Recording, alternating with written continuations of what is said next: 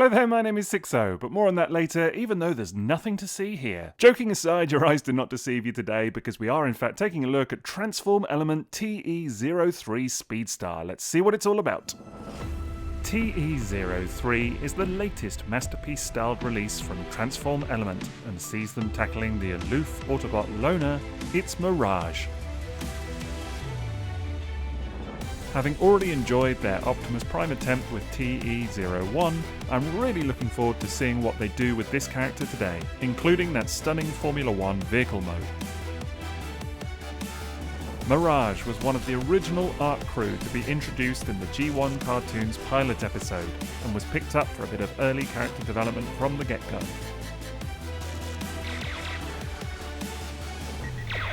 I'll say hello to Prime for you, Megatron! Happy landing! Most notably, he uses his invisibility powers to board the Decepticon spaceship, thus single-handedly saving the day when all seemed lost. What a guy. For today, we'll be doing some comparisons with other Masterpiece-style toys, and seeing how well it compares with the main competitor for this character on the market.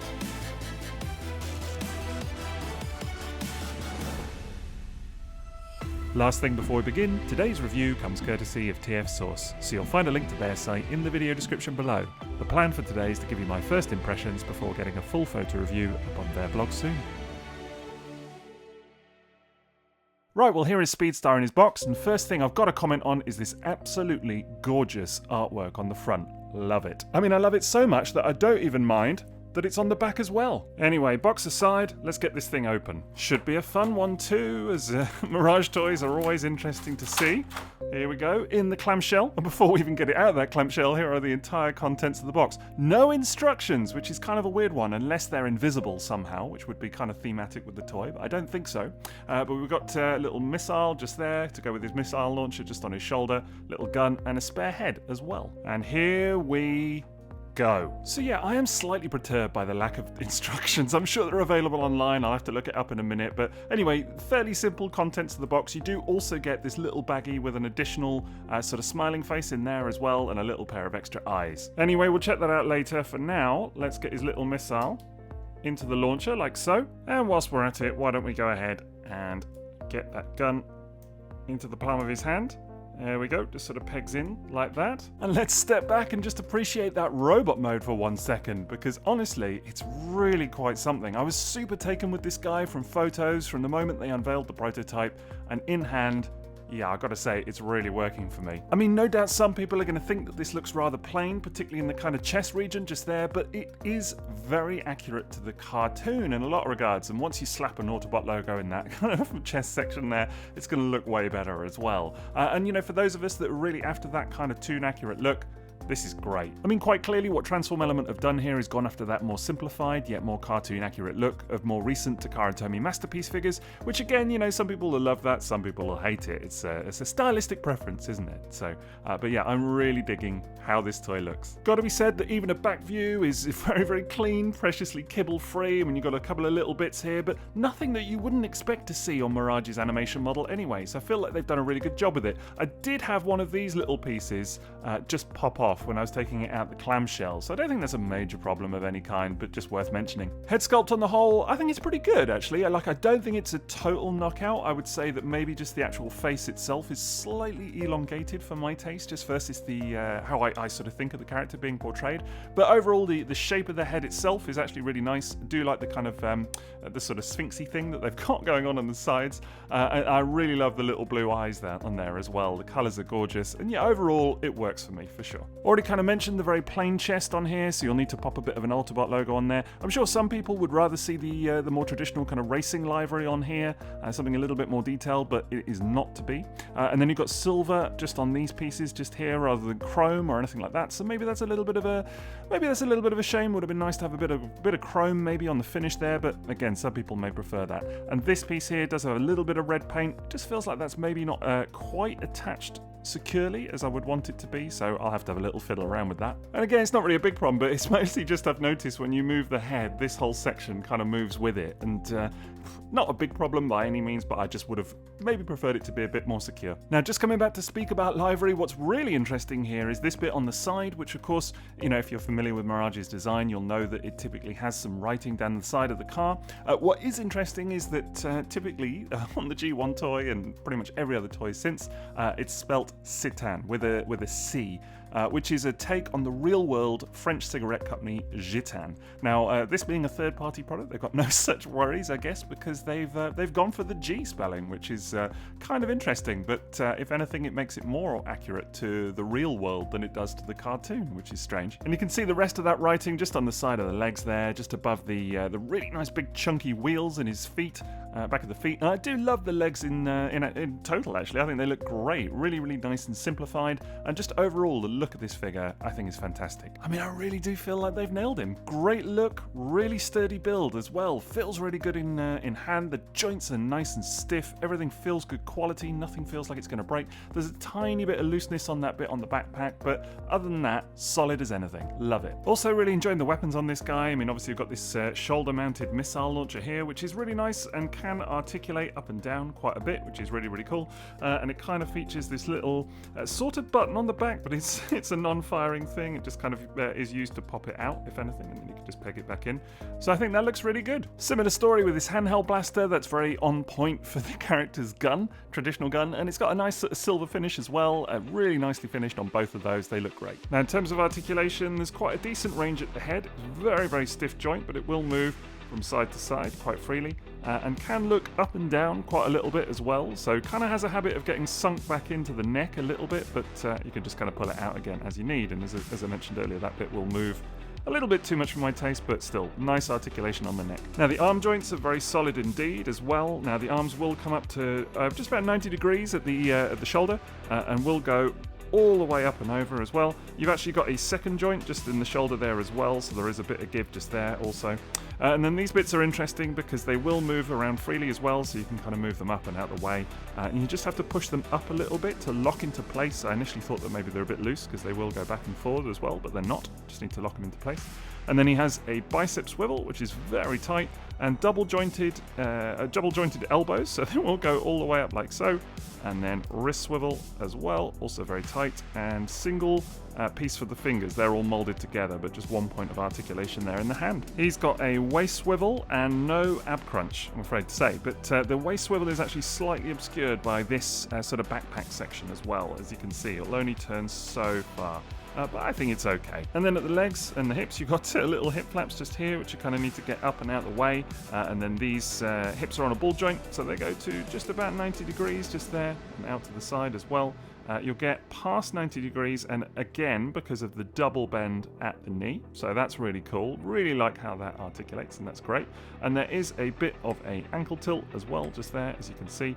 And I think, yeah, a bit of toe articulation going on there as well. I am finding those hip skirts a little bit annoying though, because in traditional hip skirt fashion, obviously they're going to kind of fold up to allow the knees any kind of significant bend, but then you've got these side skirts which actually fold up like that on the side as well. So that just looks really awkward to my eye. And if you want to bend the legs forward at the hips, that is how it's going to look. Overall though, I would say he's pretty articulated and very good. I mean, I think the double joints in the elbows and the knees really helps with that and allows you to do, a few more kind of extreme poses, which is really, really nice. It's just a bit of a shame that he's stiff in other areas. I mean, I've already mentioned about those hip skirts, and that is a little bit unfortunate. It does look cumbersome to my eye. It's going to take a little bit of getting over that, I'm going to be honest. And the lack of waist rotation on account of the backpack as well. But overall, I think he's got enough articulation, and he's going to keep most people happy, certainly. Now, speaking of the legs and the joints and all of that, there is a bit of an elephant in the room in this case, so let's address it now. And that is that some copies of this toy, not all of them, but some, including mine it seems, come misaligned straight out of the box, and there's a fix that is required in order to correct that. So you can see just here on the hips, you can see underneath the blue hip skirt there is a tiny little gap between the hip skirt itself and this white section of thigh, where you can see the little ball joint just underneath. And that's not bad visually, like it doesn't look so bad or anything. So you may think, what's the issue? Well, actually, this thigh section should sit flush with the actual hip skirt itself, with the blue hip skirt. You shouldn't have a gap there at all.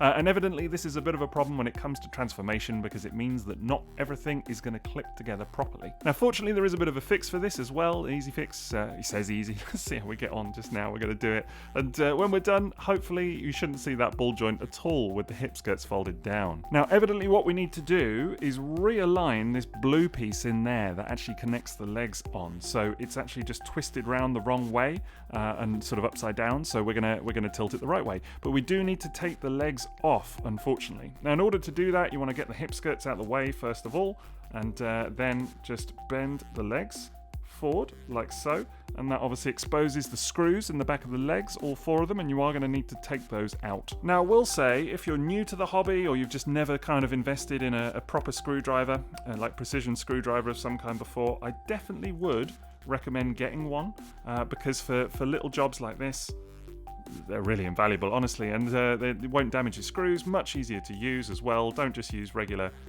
household screwdrivers, because you may end up regretting it. Okay, screws are out on my copy, and it's a small thing, but worth just mentioning that they are slightly different sizes. It's almost imperceptible, but they are different, so it's worth keeping them separate, the bottom and the top one. Now, what you want to do is remove this white piece on the back of the hip, and you can see I've already done it over this side, just here. We've got rid of that piece already, and it's a bit tricky to do. I'm not going to lie. I really did fiddle with that bit quite a bit. But what you need to do, of course, is remove all the screws, but not remove this back section of leg, because if you take this piece out just here, you're going to cause problems in the knees, just down below, so definitely don't do that. But you do still need to take these screws out in order to kind of create a little bit of leverage to slide the back of the thigh here just out slightly, which enables you to then slide this piece up. But it is very tricky to do, not going to lie. You may need to use a tool or something like that just to kind of get it out, but that's the end result that you're looking for. There we go. It's a bit tricky to get on camera getting that piece out because it does require a bit of force, but you can see just there kind of, it's got this little tab just on the side there that you kind of have to slide out, so it is tricky to do for sure. Next though, that's going to enable us to just slide off the legs like so from the front of the hips, and then we're ready for the fix itself, and you can see that these circular pieces just hang a little bit lower down below than they do up top, and that's literally where the fix comes in. So you just want to rotate that round like so. Again, I'm going to use a little bit of a screwdriver to help with that, just because it's very, very stiff. But there you go. You can see how different they look. This one hangs a little bit lower on this side. This one sits up top. This is the correct version now. That's how you want them to be, just to enable the hips to sit a little bit higher. Right, now it's time to put the legs back together. So firstly, just slide them back on like so. Now, getting these things back on is an absolute mare, I'm not going to lie, because of course you've got to prise the back of the thigh out a little bit and then kind of slide it in, and because of where the tab is, yeah, it's wretched, absolutely wretched. I found some luck using a little pair of precision tweezers, which I would also recommend, and just kind of sliding it, just kind of pulling it out a little bit with my finger, sliding them in the gap just there to kind of create a bit of distance and helping to prise it apart, and that just gave me enough distance, enough gap to get this piece back in. But it's fiddly, yeah. Next, you just want to go ahead and put all of those screws back into their appropriate holes, and voila, we're done. It wasn't too bad actually overall. It's doable. If I can do it, anybody can do it, really. But you can see now it sits much more flush, just as we were talking about earlier, and aesthetically it really doesn't make that much difference. I don't think, if you're just going to keep this thing in robot mode, that it's like a necessary thing to do, but if you do want to transform him, apparently it's essential, so there you go. Still didn't stop them putting a little QC pass sticker on the bottom of the foot there, did it? Anyway, if you've not had enough of unscrewing your new toy yet, then there's a bit more to be done. Joy of joys. Anyway, in this case, we are of course talking about the spare head and spare face. Firstly, talking about this head, this is a bit of an interesting one, because actually it's remarkably similar to the stock head, and you'd be forgiven for thinking that they were identical. Actually, it's only really on exceptionally close examination that you can see that there are some minute differences. This head, actually the new head, the spare head, is not quite as long, so I do think that I prefer it overall, gotta be said. However, in a bit of an odd twist, you can see that there's a screw in the back of the head that's actually on the toy already, and you'll need to take that out in order to remove it, and kind of separate the head into parts to get it off the ball joint. But there's no screw in the new head, which kind of, to me, implies that once it's on, it's on. And that would be fine, except for the fact that there is actually a spare face as well, so I'm guessing that you need to be able to take this head apart in order to apply that, so it's all a bit of a weird one. Anyway, I suppose we better get back to unscrewing the thing then, hadn't we? Alright, well here's a bit of a weird one for you, because I was just getting the head unscrewed and trying to get it into two pieces to take it off, and then it actually just popped off the peg all in one, so apparently it can be done. But what I cannot do is get the two halves of the head separated at all. I managed to get it apart slightly at the top, but the bottom bit here, I don't know if it's actually glued or what, but I just cannot get it to come apart. Try as I might, it is completely stuck. And yeah, I'd be lying if I said that this isn't kind of frustrating, especially as this is actually the second time that this has happened to me with different third-party toys. It happened with Fans Toys Spindrift just recently as well, where I can't get the face apart. I've tried everything I can think of to pry those two halves apart, but I think it does mean that sadly we're not going to be able to check out the smiley face today, which is a little bit annoying. But I'm going to go ahead and install the alternate head anyway, because I do prefer the proportions of it. So I'll console myself with that. And there we go, I've just popped it back on the ball joint, goes on pretty easily, no fuss, no mess, and I definitely do prefer the proportions, as I say, on this one. Just slightly less elongated, a little bit more truncated maybe, and I think it looks very handsome. That to me now looks great. Have to be said though that between the hips and the head, this figure is starting to feel like a bit of a faff. Like I really like what's going on here. I like the design of the robot mode a lot, but I'm just not a big fan of taking toys apart, man, you know? Particularly not for heads and things like that. Like I get that the hips is a fix that needs to be done. Okay, it's not great, but it is what it is.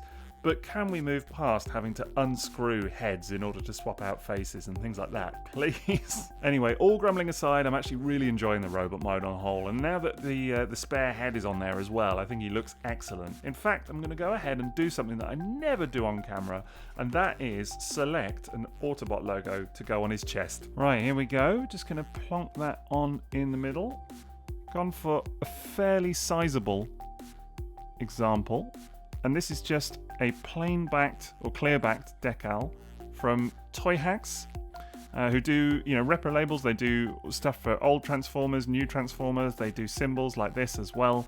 And yeah, it's really good. Very easy to apply and looks really quite excellent, I think. There we go. Now he's Mirage. It just helps to complete that look a little bit, doesn't it? And you know what? Any complaints that could be leveled at the chest looking a bit plain, to my eye anyway, it's all gone away, because I think that Autobot logo just kind of ties it all together. Brilliant. And of course, with that done, maybe it's time for a few comparisons. So firstly, here he is with a couple of Masterpiece Carbots, some of the more recent examples. You've got Hound and Sunstreaker representing the more kind of cartoon accurate take that the line's been going towards, so you can see how he shapes up with them. I think he looks great. And then here he is with a couple of the Hasui era molds, but redone in plus style. So we've got Wheeljack and Bluestreak, and again, I think that works very nicely. I think the colours, the general style of it all fits in exceptionally well. And then here we have him with a couple of other third-party bots, and given that there's precious few Carbot characters that haven't been done in official form now, they're becoming a bit of a rare breed in my collection, but still, here you go, you've got X-Transbots Skids,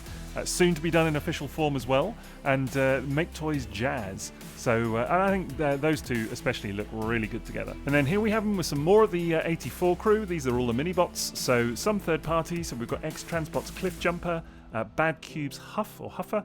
We've got MP Bumblebee, the official toy, the new one, version 2.